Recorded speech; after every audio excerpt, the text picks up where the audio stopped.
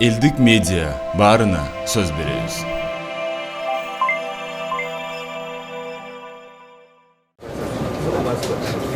Президент Сооронбай Жээнбеков 9-июлда Швейцариянын президенти Ули Маурердин чакыруусунда расмий визит менен Швейцария конфедерациясына барды. Расмий визиттин жүрүшүндө Сооронбай Жээнбеков Швейцариянын президенти Ули Маурер.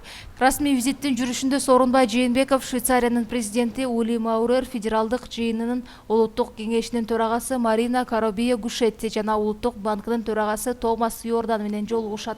Экономика, финансы, туризм, региондорду таза суу менен камсыз кылуу жана башка чөйрөлөрдөгү документтерге кол коюу күтүлүп жатат. Мамлекет башчысы Швейцариянын ири бизнес өкүлдөрү менен жолугат.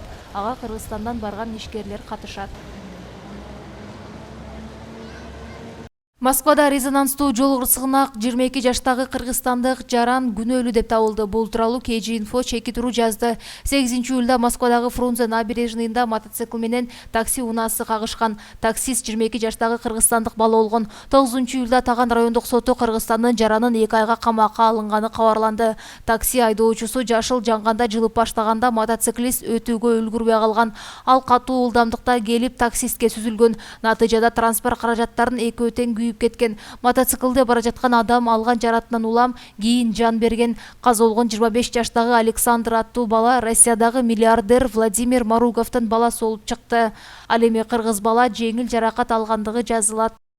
Жайыл районунда Новониколаевка мектебинин директору 11 жаштагы баланы автоунаа коюп кеткен окуядан кийин иштен алынды. Бул туурасында Билим берүү жана Илим министрлигинен билдиришти. Маалыматка караганда кырсык 9-июлда болжол менен саат эртең мененки 9 чамасында Бишкек-Чалдабар жолунун 59-чакырымында болгон. 22 жаштагы айдоочу Honda Fit унаасы менен келе жатып 11 жаштагы окуучуну койдуруп кеткен. Милициянын айтымына караганда бала жолго чуркап чыга калган. Министрликтен Николаевка мектебинин директорун иштен алуу чечимин Жайыл райондук билим берүү бөлүмү чыгаргандыгын айтышты. Мектептин директору окуу планын бузган, андыктан окуучулардын эмгек практикасы каралган эмес. Ал эми директор окуучуларды кээ бир иштерге тартууга буйрук берген. 5-класстын окуучусу мектепке эмгек практикасына келе жатып каза болду деп билдиришкен министрликтен. Жол кырсыгы боюнча кылмыш иши козголуп, тиешелүү экспертизалар дайындалды. Бишкек мэриясына караштуу жер пайдалануу жана курулуш башкармалыгы тарабынан мыйзамсыз орнотулган объекттер алынып, шаар иретке келтирилип жатат. Бул тууралуу мэриянын басма сөз кызматы билдирди. Жал Кичи районундагы Акунбаев көчөсүндө мыйзамсыз орнотулган май алмаштыруучу жай алынды.